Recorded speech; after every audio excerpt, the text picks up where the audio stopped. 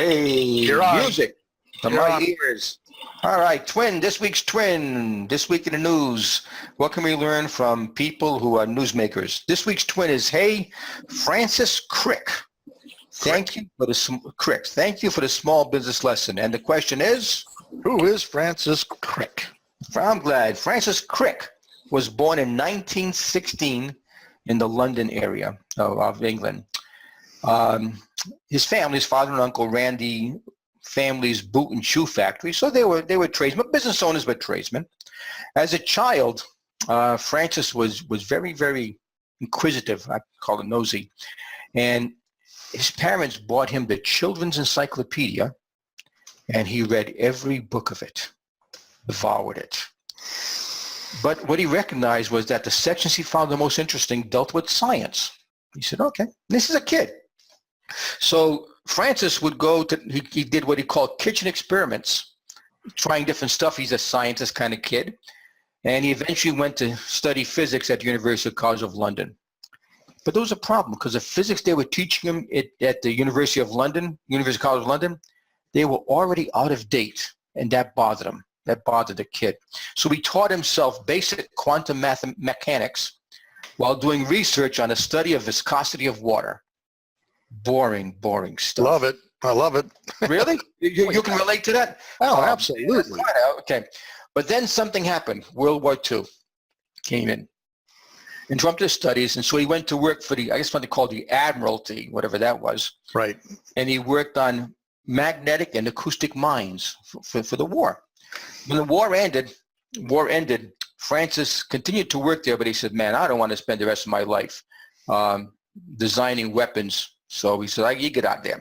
So he went something called life sciences. Why? Because he liked reading, he liked thinking and talking about new discoveries being made in life sciences. And then he made a statement, which I thought about when I was doing my research, and I said, man, this is really true. Here's Francis' statement. He says, what you are really interested in is what you talk about and what you gossip about.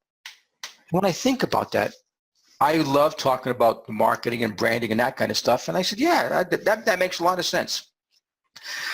But there was not always a good side to Francis. As a child, Francis was taken to church by his parents because that's what you did every Sunday. By the age of 12, remember, he's only 12 years old, he went to his parents and says, hey, I'm not going to go to church anymore. It's a waste of time. He said, I prefer scientific search for answers over religious belief. Oh, okay. Francis, he referred to himself as a humanist, which he defined as the belief that the human problems can and must be faced in terms of human and moral resources without invoking some supernatural authority. And Francis was especially critical of Christianity. He said, I do not respect Christian beliefs. I think they are ridiculous. He said, if we could get rid of them, Christian beliefs, we could more easily get down to the serious problem of trying to find out what the world is all about. Wow. Pretty strong statements. Yep. So far, all we know is that Francis liked scientists and did not believe in God. So what? And here is a so what why I talked about Francis Crick today. Late in 1951, he was 35 years old, Francis started working with a gentleman named James Watson. And together, Crick and Watson discovered what is widely considered today as the most important scientific discovery of the 20th century. That had to be pretty damn big to be called the most important scientific discovery of the 20th century. Francis Crick and James Watson introduced the world to the double helix DNA structure, so-called the secret of life. Wow. Which all of our genetics and everything else comes from that. So Francis Crick and James Watson made the presentation of their discovery to the Nobel Prize Committee, and they were awarded the Nobel Prize in Physiology and Medicine. Again, so what? And here is the small business lesson that I'm going to be working on in my next lesson with my Canadian and my Australian clients. This is the so what. Listen to this. Crick and Watson's full presentation, which introduced the secret of life, explaining it in detail and showing it how it works at a Nobel committee, was done in 5 minutes total. Man, you heard me right. 5 minutes total. They introduced the secret of life, explained it in detail, and showed how it works. There's one heck of a small business lesson. Extremely important.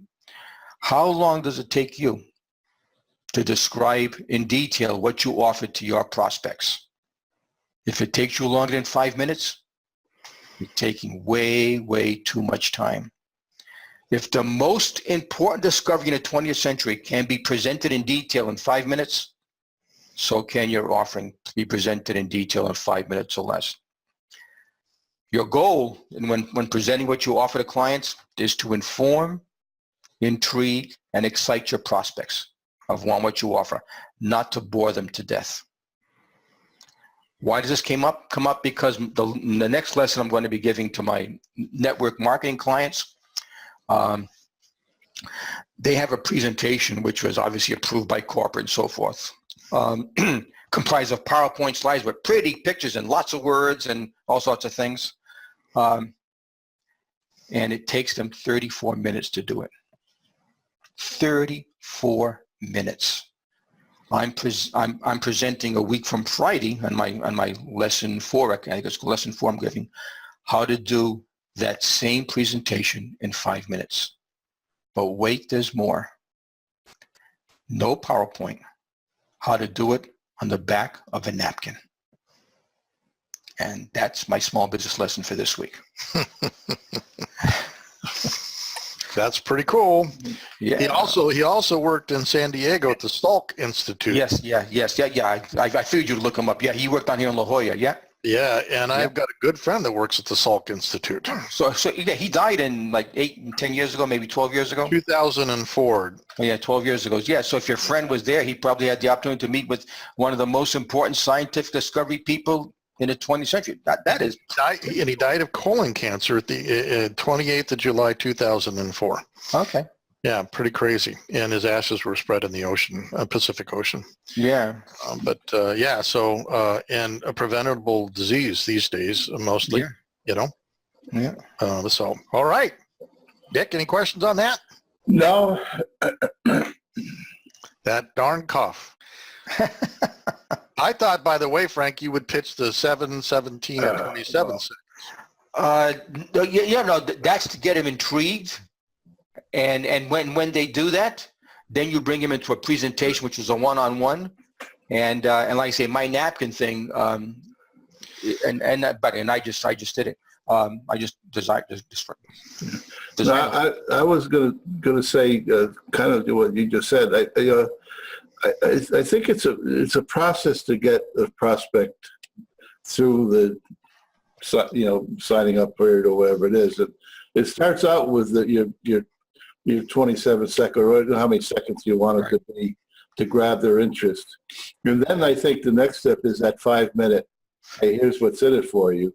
And then get them to maybe then they need to see the longer one. But at that point, they're doing it because they want to and they're interested, they want more information.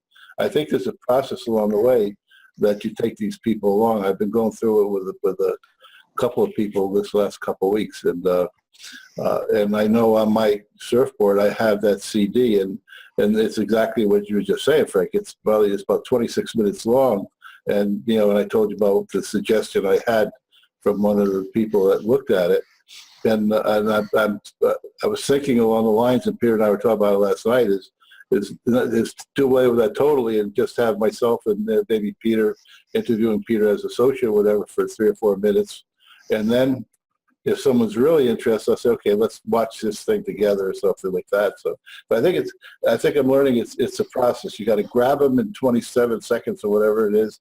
Then in 5 minutes, you got to tell them why it's a good opportunity for them. And then you take them the next step along the way. As a matter of fact, I am, because it's confidential with the company I'm working with, they call their presentation the business opportunity. Yeah. And I've changed the title of it. I changed it to, it's a lifestyle opportunity. Well, that's good, Frank. You determine what lifestyle you want for your family and your loved ones.